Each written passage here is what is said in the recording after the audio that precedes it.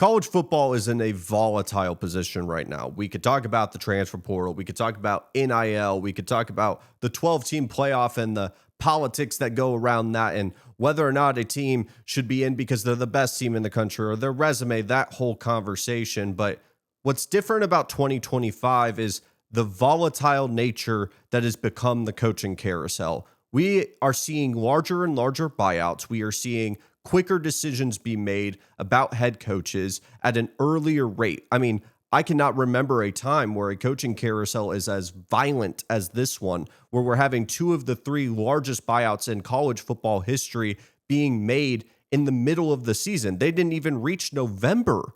We're talking about a crazy once-in-a-lifetime coaching carousel, or potentially a sign of what the future looks like for these head coaches at a time where college football is becoming less and less attractive for a head coach as their leash becomes shorter and shorter and they're being expected more and more. So in today's video, I'm going to go through the 7 coaching openings I wanted to talk about and play a little bit of matchmaker, because these decisions I don't believe are going to be made in a month's time. And we're not going to do, well, if one coach leaves another program, I got to talk about that program's coaching opening, because that could just be an endless cycle of talking about coaching openings. We're going to talk about the ones that are open right now. Now, obvious statement time. I don't know all of these organizations like the back of my hand. What I do know is education works very slow. You got to remember, these aren't NFL programs. Yes, there's athletic departments, but they're a part of a broader university or organization, and decisions are either very slow or very quick. No in between when we're talking about university level.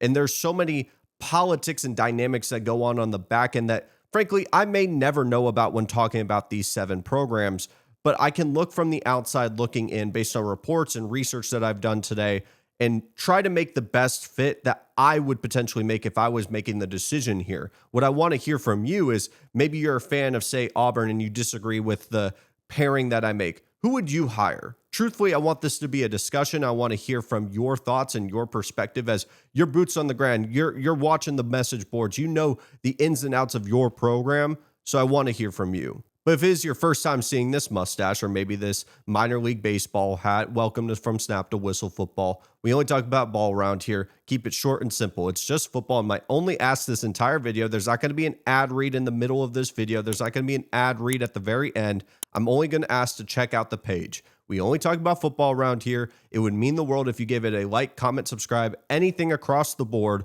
would mean the world to me. I've been working on this for about 4.5 years, and I have no plans on stopping. We're just going to talk about football around here, but let's dive into today's video. This coaching carousel starts and ends with LSU, and that's for a couple of different reasons. This is a top 3 job in the country. I don't really think there's an argument to say otherwise. You could more likely say an argument that is the best job in the country when there is alignment for the LSU job. And when talking about alignment, I'm talking from the head coach to the athletic director to the president. Now, that is easier said than done because, frankly, what has stopped LSU from having the consistency of, say, like an Alabama, a Georgia in the SEC has been alignment. And LSU fans will tell you that. That's partially why when they didn't have a president and then they didn't have an athletic director and they had to hear the governor go on a press conference just ripping into Louisiana State University talking about how we're going to have little things in the contract to make sure that we don't have a buyout of this size done again. They weren't preaching that. They weren't supporting that. They were telling him to shut up because this job needs to stay as attractive as possible. And the governor coming out on a press conference and being that loud about all these stipulations on the next contract and how it's going to be selected makes it so much less attractive. But need I remind you, if you just take away that factor and that they do get a president, which they are, and they have an athletic director corrected, which they will, this job instantly becomes one of the top 3 jobs in the country. It has all the resources you could ever want. It has the facilities. You're in the state of Louisiana. You're right by Houston, which is another hotbed for recruiting. You're in the heart of the South. You have the brand of LSU football. You have the national championship pedigree. You have all the alumni base. You have the proven NFL talent you could go point to and say, we can help develop you because LSU as an institution has a proven track record of that. They have everything. And I mean everything you could be looking for to go win national championships. And when you're at the top of the mountain, when we're talking about a coaching carousel, you get the first pick. You have to be the first domino because any job underneath that could have a candidate that's number one on their board, but it won't matter because if LSU wants that guy and wants to go hire him, they can go do that because they're the best job available. And so the guy that I'm going to match with LSU is not one that a lot of people are going to expect to happen, but I expect LSU to throw their weight around to go get him. Marcus Freeman, to me, is the best match for LSU. If you can go get Marcus Freeman, you go send him a bag. You go make him say no. Now, if you follow college football in any capacity, I don't have to explain to you the 77% win percentage that Marcus Freeman has as a head coach. And the fact that he's done phenomenal work at Notre Dame, has gotten them to a national championship just of last year. That is all fine and dandy. And LSU fans are going to tell me, how are we going to go and get another Notre Dame head coach? Did we not learn our lesson from last time? And I don't care if you have to go hire 10 Notre Dame head coaches, as long as you feel like they're the right guys for the job. And I frankly believe Marcus Freeman is the right guy, because it's not just about the head coach you hire. It's about the staff that he's going to bring on. And if we live in a world where Marcus Freeman brings back Mike Denbrock, the offensive coordinator that produced Jaden Daniels, BTJ, and Malik Neighbors, I'm taking that every single time. And who knows, you keep Blake Baker, you get Marcus Freeman there. This is a guy that I think is going to maximize the talent on the roster. And the biggest thing is build a culture. Every report that you heard from Notre Dame fans talking about Brian Kelly when they made the move from Notre Dame to LSU was talking about how Brian Kelly wasn't that great of a head coach. The idea of Brian Kelly was better than the reality. Go read any message board talking about Marcus Freeman leaving Notre Dame, and they would be petrified. They would not say good riddance. They would not say that the grass isn't greener on the other side. They would be worried about losing a guy like Marcus Freeman, because I do believe he is a better head coach at this point in his career. And not to mention, he's a young coach. This is a guy that I believe could stick with LSU. One of the big things that I think LSU has desperately needed has been a guy that can give you not only national championship levels of ceilings and a great floor, but have consistency every single year. A guy that can keep you in the running for 10 years at a time, not these short spurts of incredible highs, but also really low lows, and having to have this, recurring door of getting a new head coach every 3 or 4 or 5 years. And I think a guy like Marcus Freeman, you hit him up first. You hit him up before Lane Kiffin. As much as I think Lane Kiffin is, of course, going to be the darling of this coaching cycle, LSU, you swing for the fences here. You can probably go get a Lane Kiffin, and we'll talk about him here shortly after this. But Marcus Freeman's my first call. Obviously, Nick Saban, that's not going to happen. That is a dream that is just not even a reality. I want Edge to come join the WWE for a one-time match against John Cena. Guess what? It's just not going to happen. That's the same thing when we're talking about Nick Saban. Marcus Freeman is the number one guy that you go say, hey, tell me no. Tell me this is not going to happen. I love it here at Notre Dame. They can go give me a massive extension. I believe I can go win a national championship here. And if he believes that, so be it. But if I'm playing matchmaker here, Marcus Freeman, bringing back Mike Denbrock, I could sign on to that, and I would be petrified because, frankly, I'm a fan of a team in the SEC, and I think LSU would be national title contenders for the next decade. So let's talk about Penn State. Now, this is not in order, though. We started with the number one job that I would have on a job board, which is LSU. Penn State keeps getting beat around by their candidate list. I mean, it continues to dwindle down, paired with the fact that other jobs, as they were the first domino to fall in the middle of the season, getting rid of James Franklin for $50 million, other jobs have opened up and they continue to fall down the list in the priority. And then their candidate list continues to drop down because of contract extensions. And we think of Matt Rule, we think of Kurt Signetti, both get contract extensions, both were seen as potential favorites to take this job.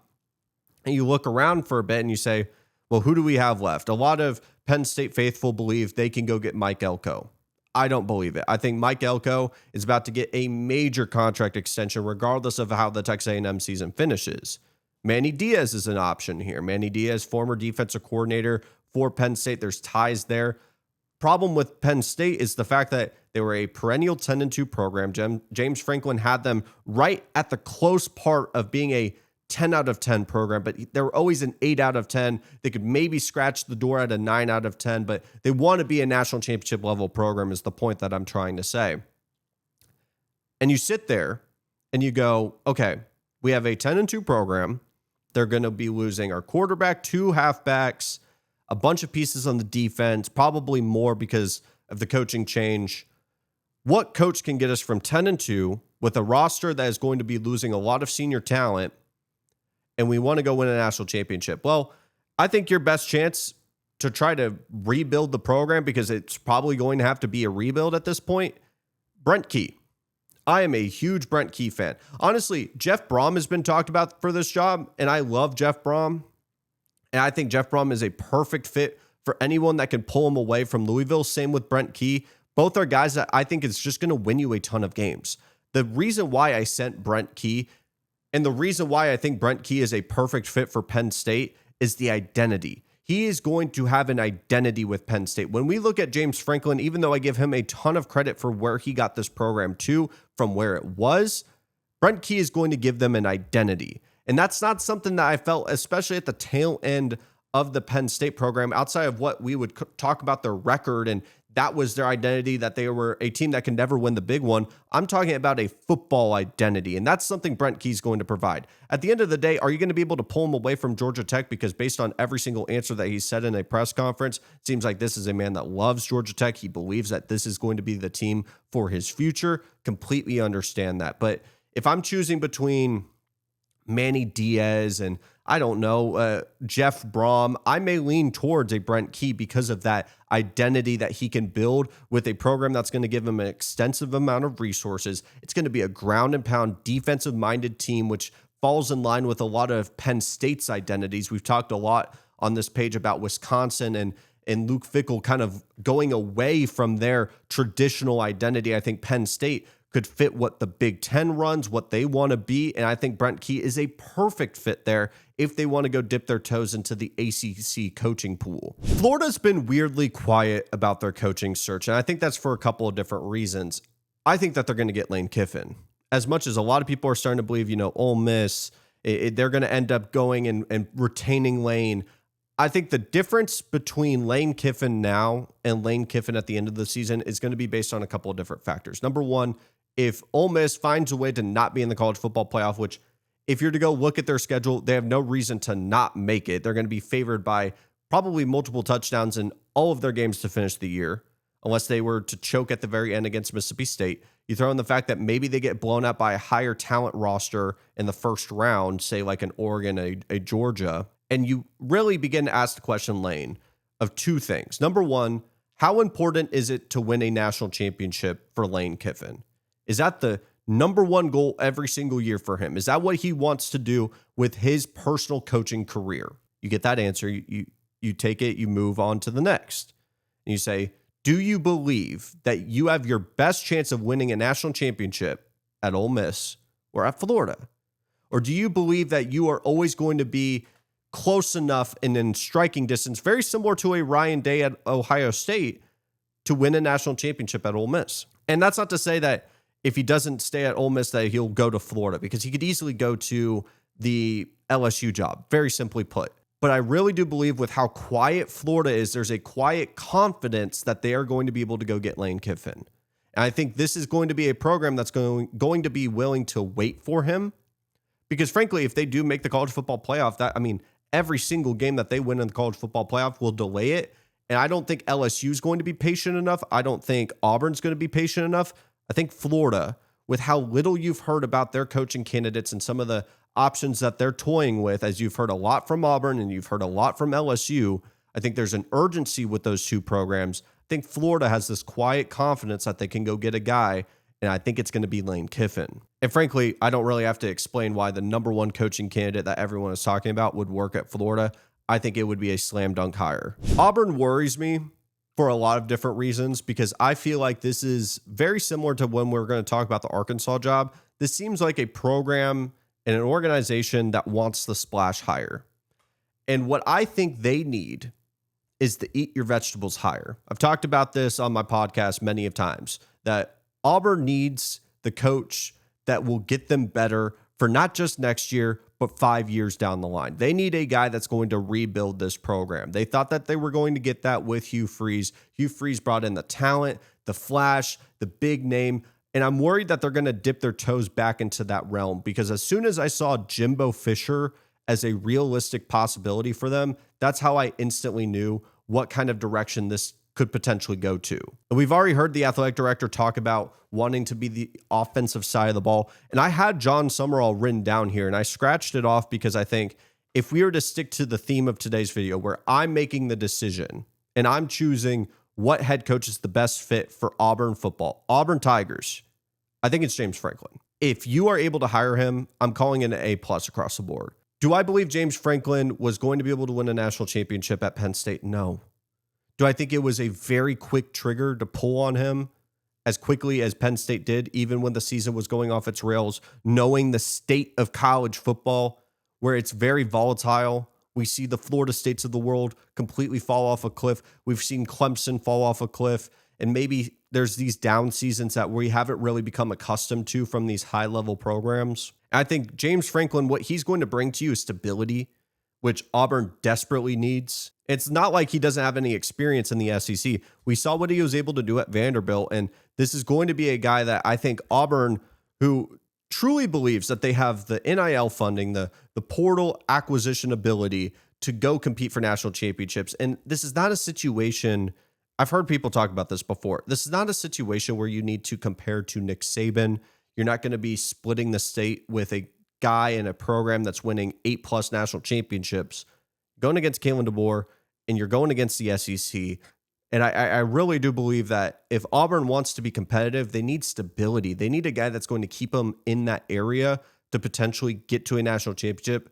As crazy as it might be, I still believe that James Franklin has the capability to win a national championship. I understand his stock's probably as low as it'll ever be, but he had a team in that space for such a long time that I really begin to wonder, do people not give that credit enough? Like Ryan Day, for the longest, people bashed on him time and time again. You're not going to win the big one. You can't win the big one. You're never going to win the big one. But he continuously had Ohio State in the realm of possibility to go win a national championship, and it all lined up last year to go do it.